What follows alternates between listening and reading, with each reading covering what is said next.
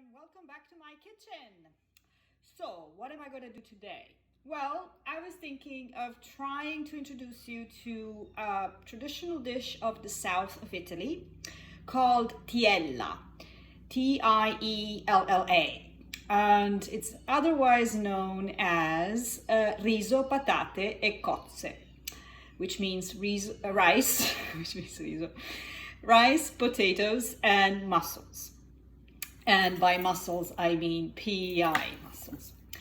So this is a typical dish from Puglia, and in particular from the region of Bari, which is the capital city of the state of Puglia. It's a very traditional dish. It's quite summery, and it's not difficult to do. It just takes a little bit of time, and the most time-consuming thing is to clean up those babies.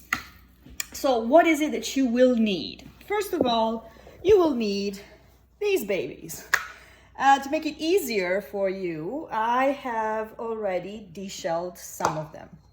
Then you will need potatoes, and your potatoes needed to be sliced in a fairly thick slice, and then you leave them in water so that they won't turn black.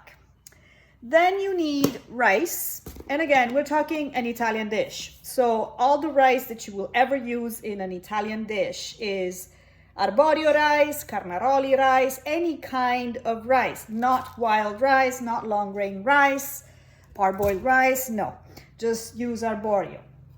And I put 1.5 cups of arborio rice in this bowl, and I filled it with water 20 minutes ago. Then you will need Italian parsley, and I chopped it.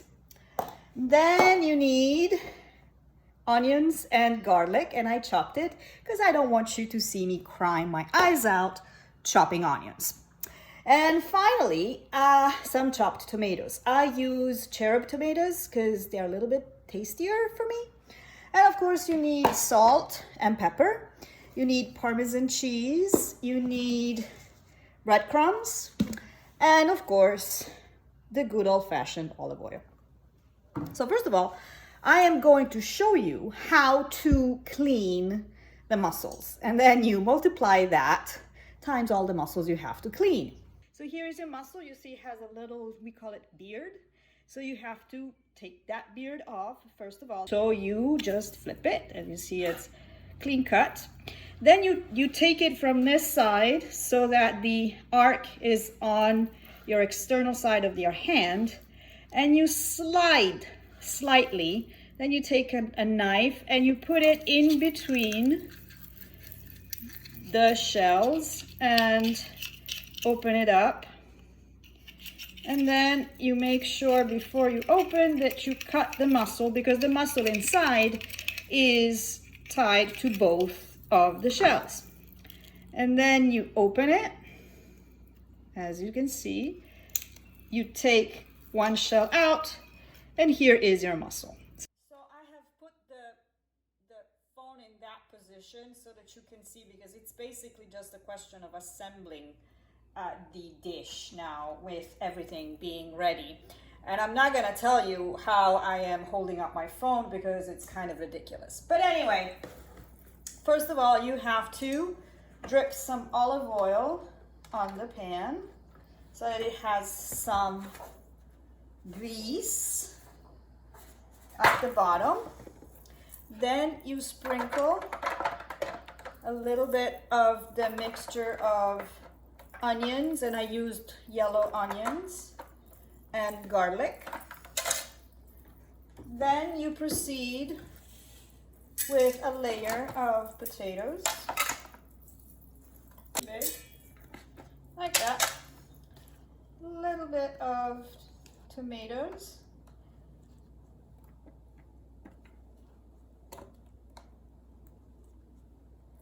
a little bit of salt,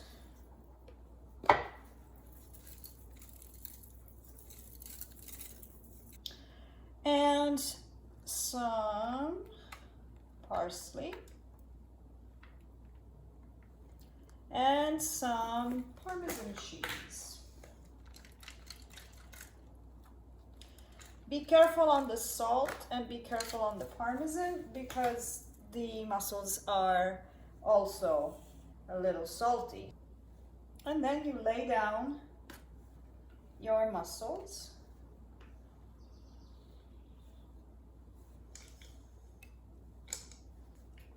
So that you create a layer of mussels.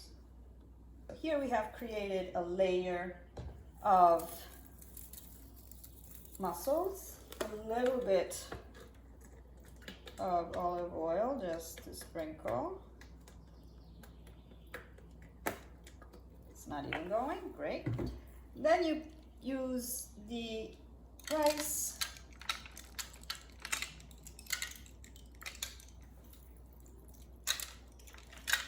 that you have put in water, and you really try to fill the mussels first.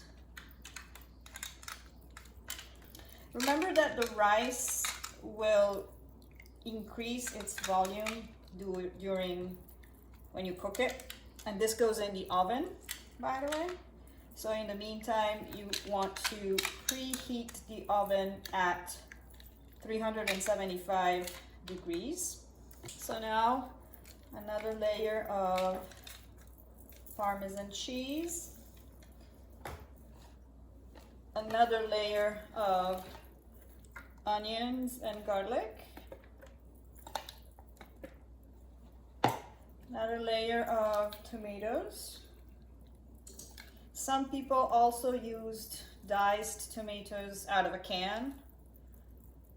I think it's the same. I just prefer to use fresh produce when available.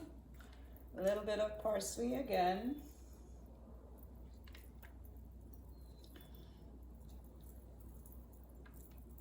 A little bit of salt. And another layer of potatoes. Potatoes, tomatoes. I always get them mixed up. Possibly I want these to be kind of patate. There you go. And then another layer of mussels. It's pretty much like lasagna, except with mussels. And there you go. So now it's the time where I can put my rice again.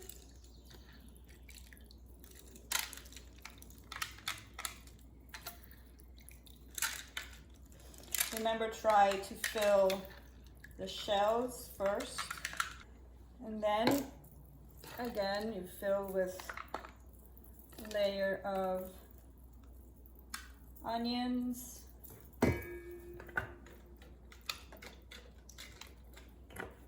olive oil, Parmesan cheese,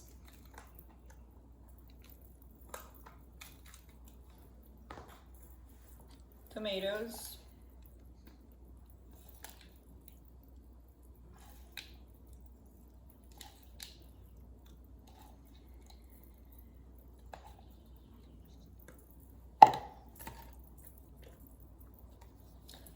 parsley,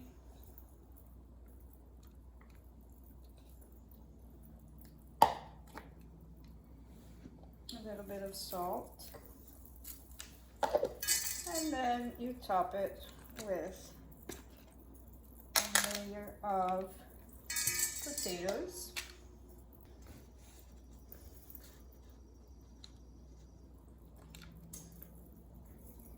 Okay, great. So now it's covered with everything. And I sprinkle, no, this is too big. I sprinkle a little bit of parsley on top.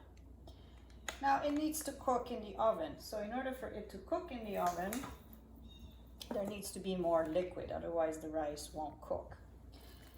A little bit of Parmesan. And on the very, very top, I sprinkle it with some breadcrumbs so that it gets a little toasty at the top. I was saying we need to have this cooking. So remember the water I used for the rice? I can pour it in.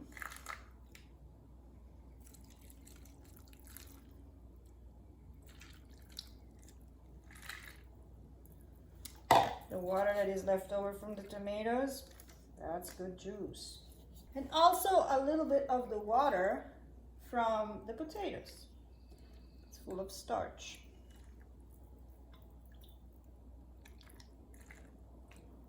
Good. I, again, sprinkle some more Parmesan.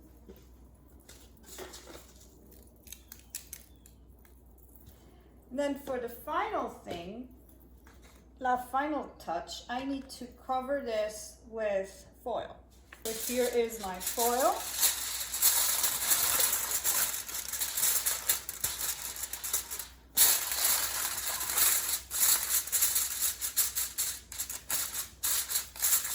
And like that, it goes into the oven. So with the foil, it went into the oven for about 50 minutes at 375. Then I pulled it out, took the foil off, and put it back into the oven for another 20 minutes. So it cooks in about an hour and 10 minutes. There is no precise timing, and when you take out the foil, you have to check the rice.